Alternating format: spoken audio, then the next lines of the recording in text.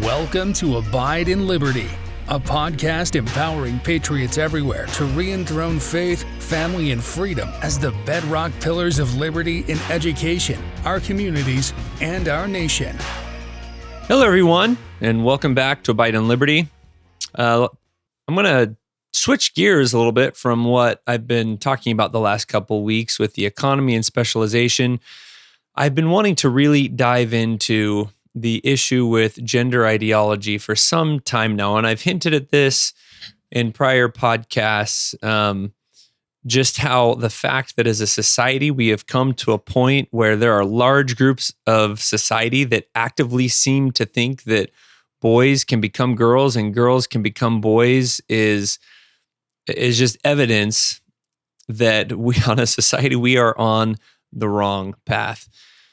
And for a couple years now, I've enjoyed listening to people like Matt Walsh using logic to tear down the trans activist logic. The documentary, What is a Woman, was brilliant. Just starting an argument here or beginning a debate by trying to define basic terms turned out to be a very effective debate strategy. Now, the only way that somebody who actually believes that a man can become a woman is to get them to define what a woman is. And they find it very difficult to do that in any way that doesn't reinforce the fact that there are two genders, right? A woman is an adult human female. Well, what is female? Somebody who has two X chromosomes. It's a very simple explanation, but if you explain that, then there's no way that you can justify how a man could ever become that, because you will never be able to change your chromosomes. You will never be able to change your gender at the cellular level. Instead, trans activists like to use a lot of words which amount to a big fat nothing, which begs the question then, how, as a man, can you become a woman? And how do you know once you've arrived there if you can't define what a woman is? Brilliant. It's very basic, simple logic. The fact that we have to apply logic to this is a little bit sad because this is something that people have known since the beginning of time. It's common sense. But the reason I didn't jump in and pile on and talk about this sooner is because I didn't really feel like I had anything to offer above and beyond what has already been said and explained very eloquently by others. That has changed, though, recently. This problem is everywhere now. It's been there for a long time, but you'll probably, like me, notice how it's creeping into your social world where it wasn't there before. This was kind of an out there thing that you were aware of, but maybe didn't affect your home or your personal family friends. But it's everywhere now. It's in the news. It's in school. It's in libraries. 2 years ago, I didn't know anyone personally that actually thought that they could change genders. But that began, so what started out kind of at the periphery over the past couple of years, at least in my life, has come closer and closer to home. And it was getting close enough that as directors of Liberty Youth Academy, we felt it was important and urgent for us to add to our school policy that at school, boys will have to be boys and girls will have to be girls. And that's true in dress, in pronouns, in names, and relating to bathrooms. Now, it felt a little silly to have to state something so obvious, but that's where we are, and it's becoming pervasive enough that it was time to do something. But suffice it to say that this is something that my wife and I have now had to confront head on and deal with directly with people that we care deeply about. And as much as I agree with the logic and that Matt Walsh and others have used to approach this issue, I feel that many Christians struggle like we have with figuring out how do we balance truth with compassion and with Christ-like charity. Christ himself was unapologetically vocal in defending, well, not only defending, but presenting and then defending the truth that he was teaching, to the point that it ticked off enough people in high enough positions of authority that he was crucified for it. So shying away from standing up for right and truth is not something that Christ can ever be accused of, but also He cared deeply about people. He loved them deeply, and he, in every case, did his best to approach difficult situations with love and compassion. So how do we navigate this issue in a way that is true to truth and true to the Christian mandate to love our neighbors as ourselves? Now, I do want to point out that there are activists out there who are pushing this to either justify their own behavior, to get comfortable perpetuating their own sinful lifestyles, or they're doing it for political power and for political purposes to gain political points. But the victims who are sucked into this world often have real underlying trauma that has to be handled delicately. A lot of them have deep wounds that lead them, that make this transgender ideology so appealing. Like, for example, someone, boy or girl, who has been sexually molested might find solace in the fact that if they can simply change their gender, then things like that may not happen to them again. And this transgender ideology is often pushed in this way, and they might perceive it as a way to escape and avoid that kind of pain in the future. This type of a person deserves our love and our compassion, not our ridicule. So what I want to do in this episode is share the conclusions that I've come to personally based on my personal experience with people that I care deeply about and want to help in the best way that I can. And I believe and feel that this framework is consistent with logic, truth, and love. Now, for me, this all comes back to principles every time. Anytime I'm faced with a situation like that, I love to step back and try and identify and define principles that are applicable to the situation, and then consider alternatives for handling that situation in a way that doesn't violate those principles. So here I want to share 7 principles that I have found in trying how to figure out how to deal with the issues that have arisen in my own life. Principle number 1 is that the truth shall set you free. There is a common claim among transgender activists that if we don't affirm those who are experiencing gender dysphoria, that they will commit suicide. They'll kill themselves if we don't affirm them. First of all, this entire movement is satanic, so we can expect that those who are working for him to lie through their teeth about this, and they do. Truth and righteousness lead to happiness and peace, and wickedness never was happiness. Satan is the father of lies and misery, and he wants us to be miserable like him. So how do we know that this idea that a boy can become a girl and a girl can become a boy is a lie? Well, if common sense doesn't get you there, if that's not enough, then we need look no further than your chromosomes. You are male or female. And to make sure that you don't get confused by that, God has put a stamp on every cell in your body to prove it. And there is no surgery, there is no hormone treatment, there is no clothing change or hairstyle or pronoun or name that can change that. A million years from now, if you get frozen in an ice cap and they find your decayed remains and you're unrecognizable except as possibly a human being, and they take some of your cells and test them, they will be able to tell if you are a male or female. And it will be because of how you were born, your biological sex at birth, based on that stamp in your cells, XX chromosomes for female and XY chromosomes for male. So by that alone, this transgender idea is obviously a lie. And with Satan as the father of lies and the fact that he desires your misery, then there is no conclusion to be drawn except that going along with this will lead to more misery and will not lead to happiness. And if there is an expert out there who is telling you otherwise, you'd better run in the opposite direction. Principle number 2, affirming a lie is not love. I want to say that again.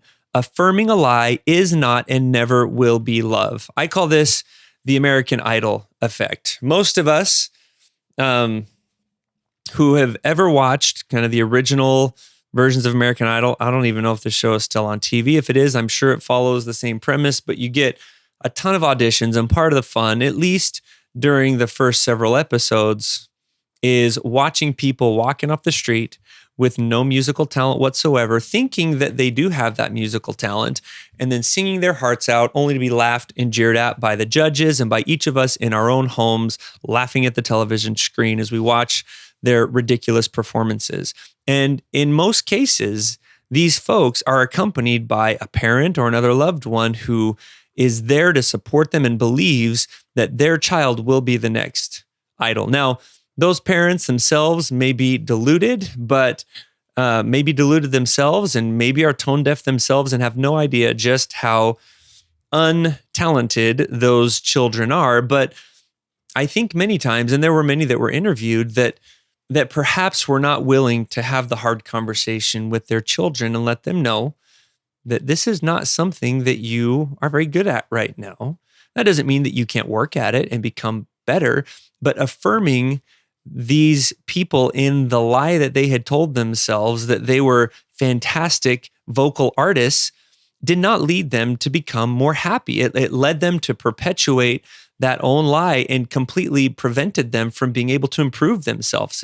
If someone had loved them enough to tell them the truth, they could have maybe done something about it before being mocked and ridiculed by millions of people on national television.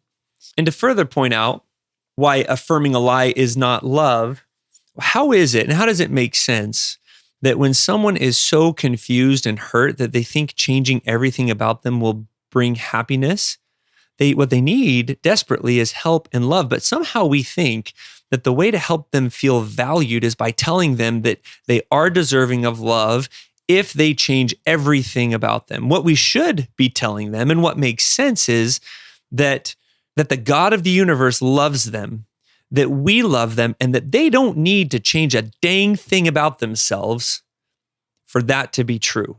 That's what affirmation actually is that who you are now, without changing a thing, is enough and is deserving of love and compassion.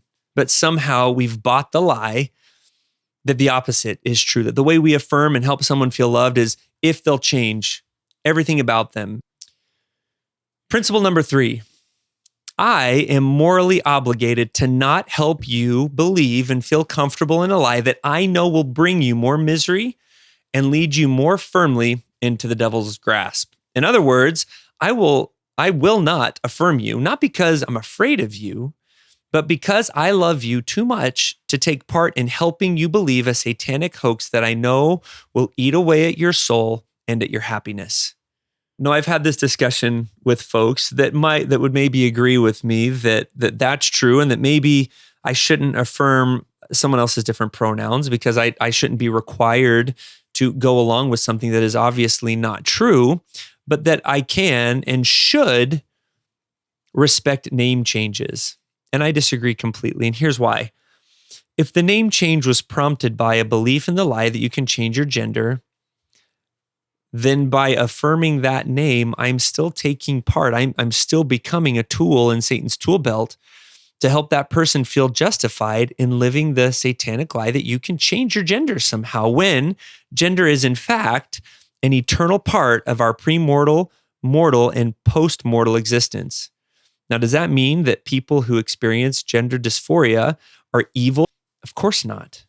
We all struggle with things. We all struggle with impure feelings or inadequacies or weaknesses that will either harden us or will drive us to our knees seeking God's help.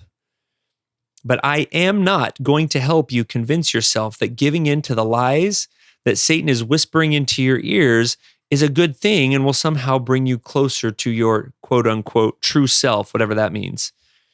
Principle number 4, labels can't hurt you. If you follow these first 3 principles, you are likely to be called a transphobe at some point. But we've got to take the position of Paul when he said, "For I am not ashamed of the gospel of Christ, for it is the power of God unto salvation to everyone that believeth." We must not be ashamed of standing up for truth, no matter the cost. If you stand up for this basic truth, you could be mocked. You could lose your job. You could be ostracized from friends and family. Lives have been ruined after being attacked by the pride mob. But I believe, and I've talked about how there are a couple of key issues in our day that I believe our discipleship will be judged on how we respond to them. One of those is abortion. Another is child trafficking. And I believe that this is another. And yes, the cost could be high for standing up for it, but what we give up by refusing to be disciples of Christ and stand up for truth in this instance is far greater than what we sacrifice in the short term by doing what's right. Besides, the word transphobe is an oxymoron anyways. In this case, trans refers to the belief that you can change your gender, and phobia is a fear. But since you can't actually change your gender, it's not real. So why would I be scared of something that doesn't and cannot exist? That's like a fear of unicorns or a fear of flying pigs. If you find yourself afraid of such mythological creatures, I suggest you seek help. So don't be afraid by someone claiming that you're afraid of something that doesn't exist. Let them shout those names and those labels from the rooftop. Stand strong in the label and in the name that actually matters, a child of God, a son or a daughter of God. That's enough. Let everyone else shout transphobe at you from the rooftops. Principle number 5, doing the right thing won't mean that the person you want to help will thank you right away. They might hate you. They might run from you. They might call you terrible names. You know, when my second daughter was, I think, 2 or 3 years old, I got a phone call from my wife who was kind of approaching her wit's end a little bit because my daughter, upon not being purchased a second pair of flip-flops after going through Walmart, had spent 30 minutes in her bedroom screaming at the top of her lungs that she hated my wife and she was a terrible mom. You may very well find out when you hold boundaries, especially with truth. Now, this was a trivial thing, but you may find that your kids, if it happens to be a child or a sister, if that's who you're dealing with, might hate you for a time and maybe for a long time. But love, real love, is not about always making sure that you hear nice things about yourself or that you are liked. That's selfishness. If you are responding because you want to avoid the discomfort of being called names or being disliked by the person that you are trying to help, then you're doing it for the wrong reasons. Love is saying what you know will bring the person you love the greatest lasting happiness, even if they hate you for it. Principle number 6. All of these principles that I've talked about are true, and there is such a thing as absolute truth. These things are true for everybody. We cannot fall into the trap of believing the what's right for you may not be right for me bullcrap. This isn't like an opinion over whether vanilla or chocolate ice cream is the best ice cream flavor. This issue is rooted in every fiber of the natural world and reality as we know it. God's honest truth isn't the answer for just some people or just for believers. It's the answer for everyone. No one is exempt from eternal principles and truth, no matter how much they wish they were. And to say otherwise is to say that although the rest of the world knows very well that the sun is real and is what allows life to flourish on this planet, that somehow, because I believe the sun isn't real, makes the world a frozen wasteland for me.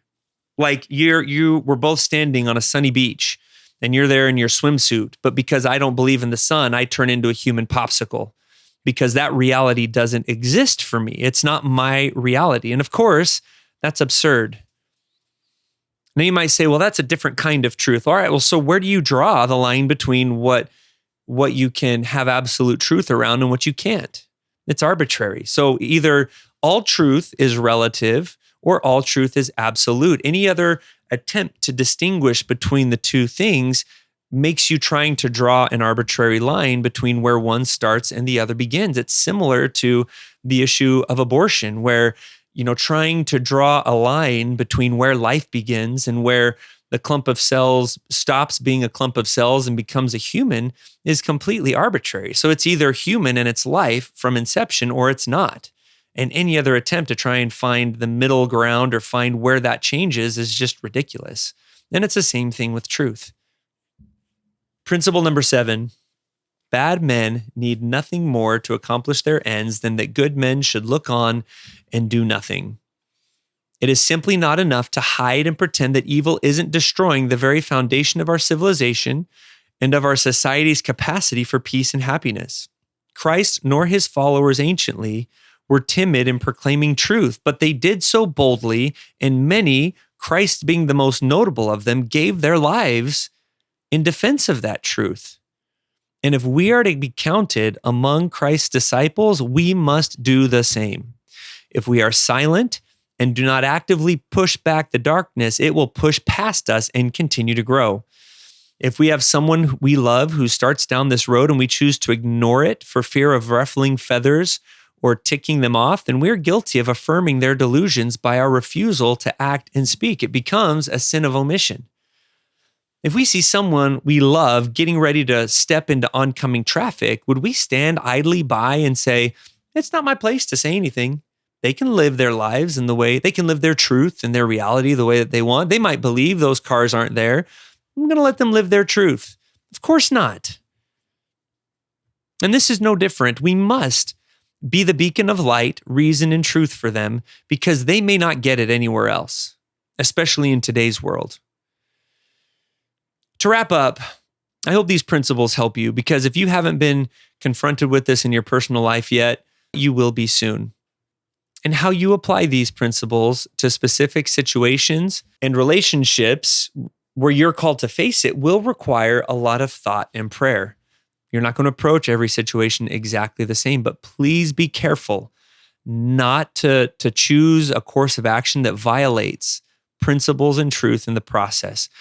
Some of the worst malignancies creep into our families and into our society when, with the best of intentions, we violate timeless, eternal truths. In every case, misery is the ultimate result. Let's not make that mistake with our most important relationships and friendships.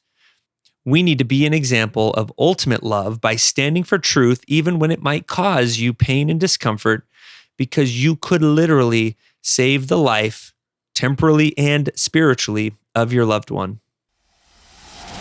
Thank you for listening to Abide in Liberty. Make sure you subscribe so you don't miss any future episodes and share this with friends and family. In the meantime, keep up with the show online at abideinliberty.com. Also, if you'd like to help our K-12 bless and educate more families, contact us by visiting libertyyouthacademy.org. Until next time, be on the alert, stand firm in the faith, and be strong.